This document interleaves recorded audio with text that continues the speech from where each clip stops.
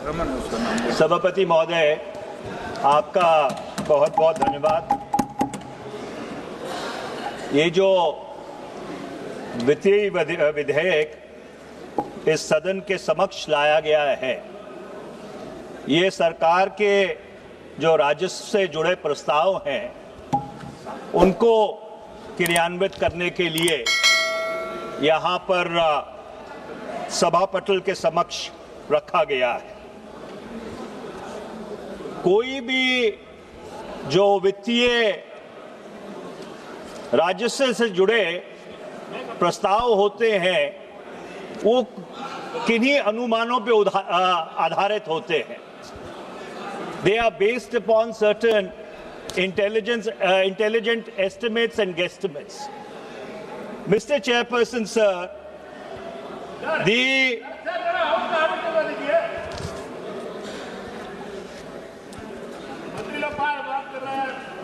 माननीय सदस्यगण, आप बैठिएगा प्लीज। दोनों मंत्री सीरियस नहीं है। आप बोलिए सर।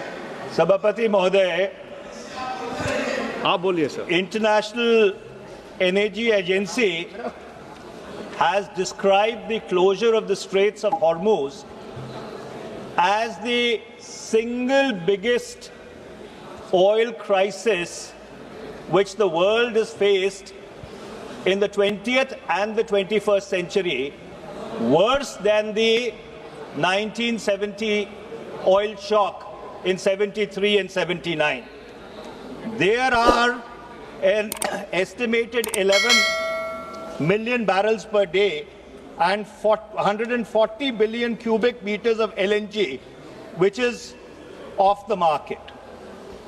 ये जब बजट और वित्तीय विधेयक पेश किया गया था, वो 1 फरवरी 2026 को पेश किया गया था। 28 फरवरी 2026 को अमेरिका और इजराइल ने ईरान के ऊपर हमला कर दिया और इससे जो सारी दुनिया की अर्थव्यवस्था है उसके ऊपर एक बहुत नकारात्मक असर पड़ा है और खासकर भारत के ऊपर इसका बड़ा संवेदनशील असर पड़ा है। मैं आपको कुछ आंकड़े देना चाहता हूं। 2012-13 में 13-14 में भारत 77% कच्चा तेल आयात करता था। 25-26 में यह बढ़कर 88% हो गया। वर्ष 2013-14 में भारत 29 से 30% एलएनजी आयात करता था। वर्ष 25-26 आते आते ये 45 से 47% हो गया।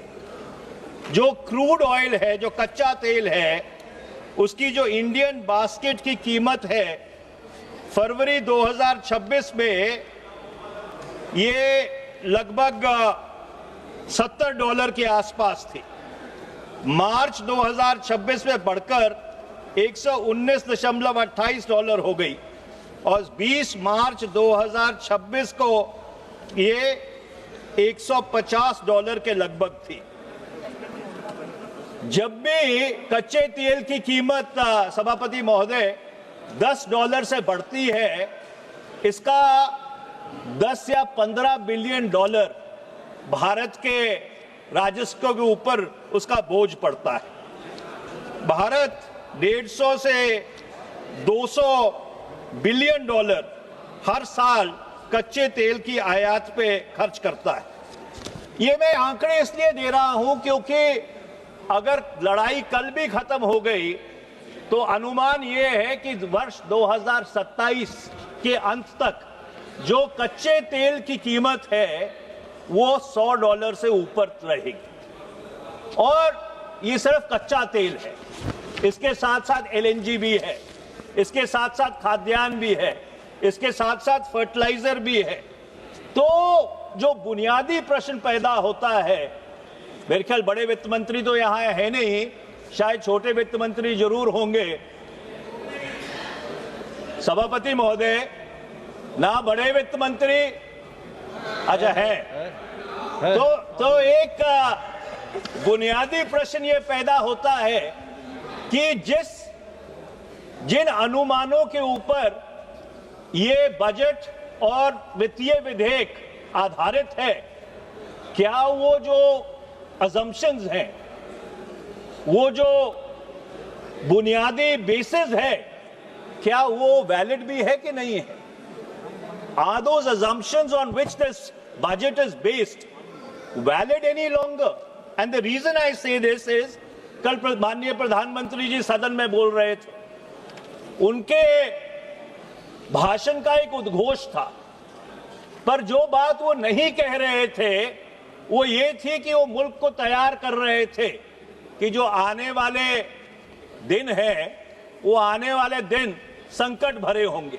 और इसलिए मैं वित्त मंत्री जी से पूछना चाहता हूं कि विस्तार से ये बताएं कि ये जो खाड़ी में युद्ध चल रहा है, इसका असर तेल की कीमत के ऊपर क्या पड़ेगा, इसका असर जो एलपीजी की कीमत है उसके ऊपर क्या पड़ेगा, जो खाद्यान्न की कीमत है उसके ऊपर क्या पड़ेगा, जो दवाइयां हैं उसके ऊपर क्या पड़ेगा।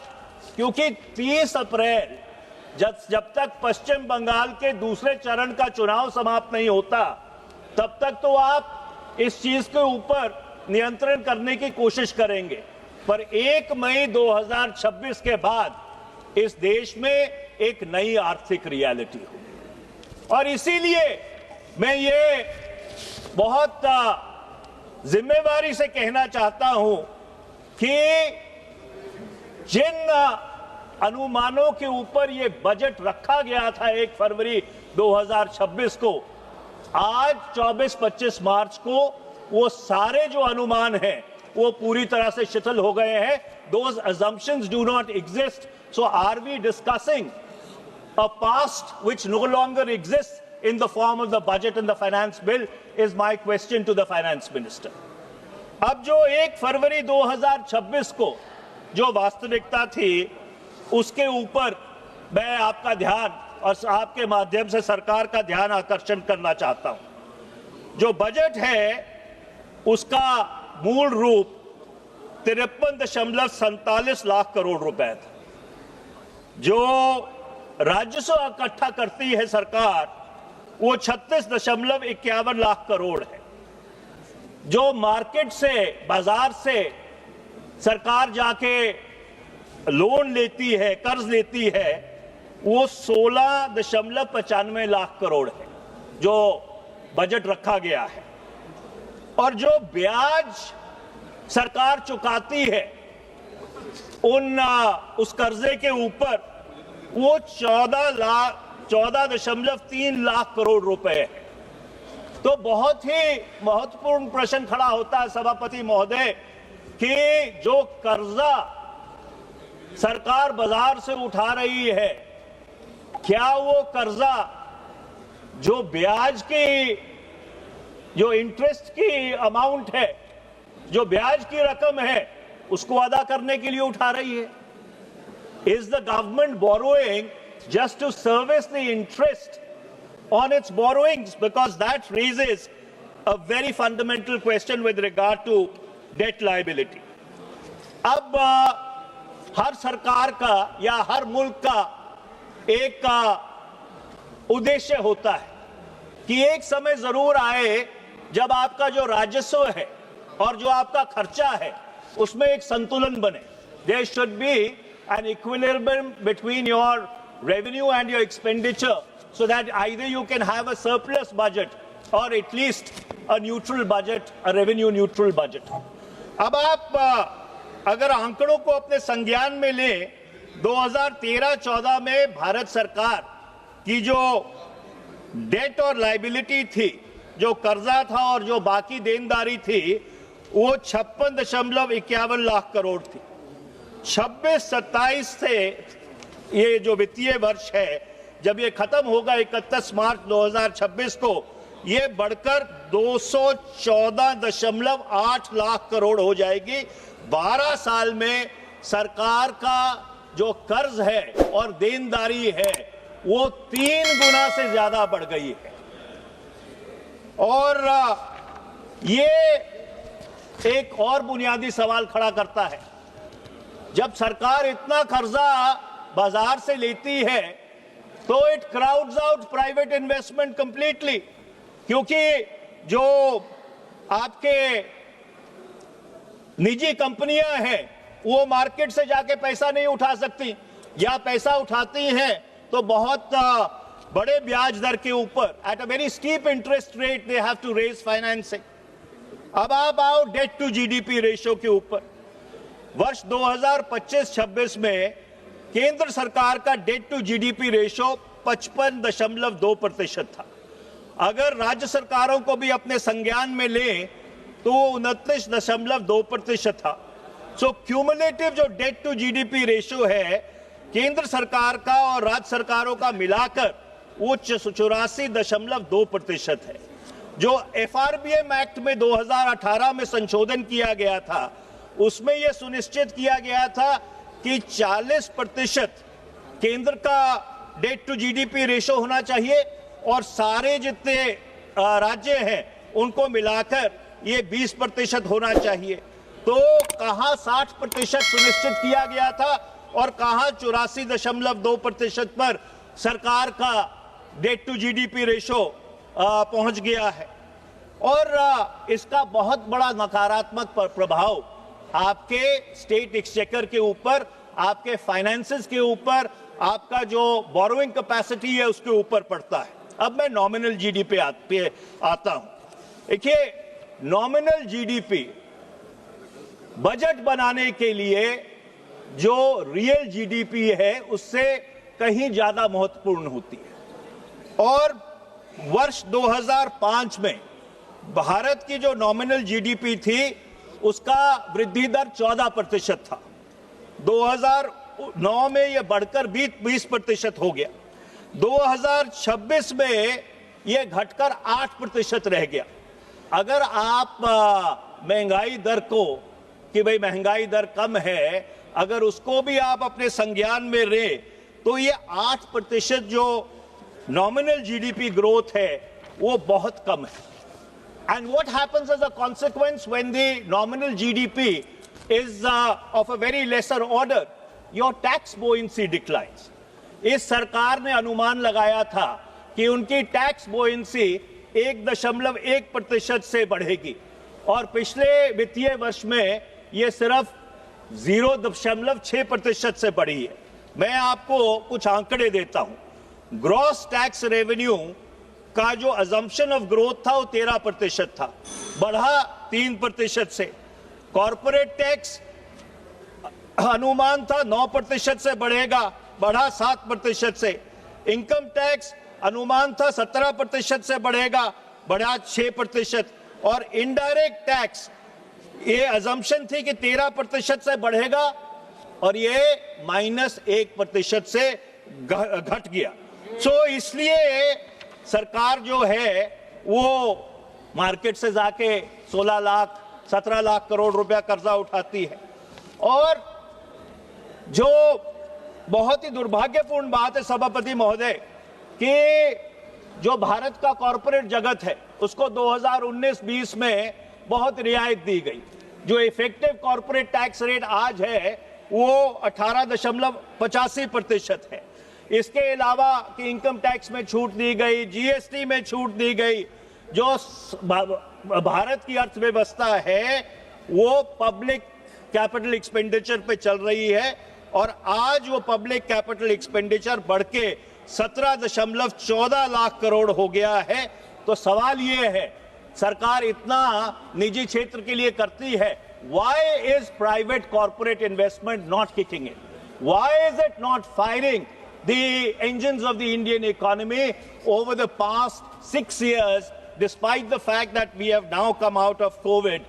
So therefore, this raises some very fundamental questions about the macro financial stability of this country, which this government needs to answer. मेरे सिर्फ 2 और बिंदु रह गए हैं और मैं अपनी बात समाप्त करता हूं।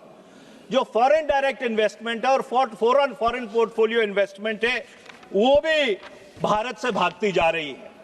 अगर आप capital account balance as a % of GDP 4QMA को अपने संज्ञान में लें, वो इस साल -6% है और अगर आप नॉमिनल इफेक्टिव एक्सचेंज रेट नीर को अपने संज्ञान में ले -7% है।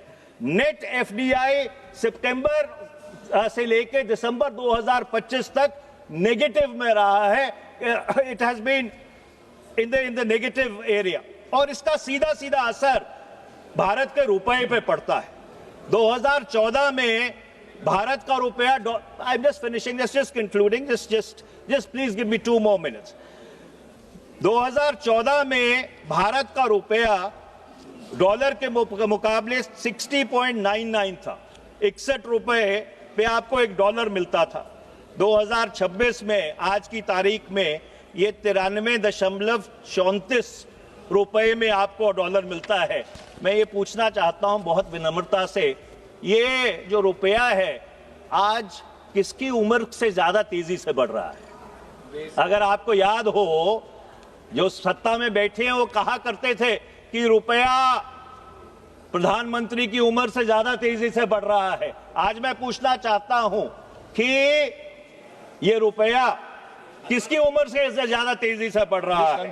अंत में मैं सिर्फ 2 बात कहूंगा सभापति महोदय। आपने अमेरिका के साथ एक ट्रेड एग्रीमेंट किया। ट्रेड एग्रीमेंट के तहत आपने जो कृषि क्षेत्र है वो पूरी तरह से खोल दिया। आपने अमेरिका को यह आश्वासन दे दिया कि आप रूस से कच्चा तेल नहीं खरीदेंगे। इसका सीधा सीधा असर भारत की जो स्ट्रेटेजिक इकोनॉमी है, जो उसकी सामरिक क्षमता है, उसके ऊपर पड़ता है। और विडंबना यह है कि उसी अमेरिका को आज रूस का ही नहीं ईरान का तेल भी खोलना पड़ा है। तो मैं आज अपनी बात समाप्त करके ये कहना चाहता हूं, this is not a budget about the future of India. This is a budget of a managed decline and all the assumptions on which this budget was based when it was presented on the 1st of February 2026, those assumptions do not exist anymore. We would like the finance minister to enlighten us how much would be the burden of the Gulf War or the war in the Persian Gulf on the Indian economy. What will be the situation in this country after the 30th of April 2026 when the second round of polling in West Bengal is over? Thank you very much, Mr. Chairperson.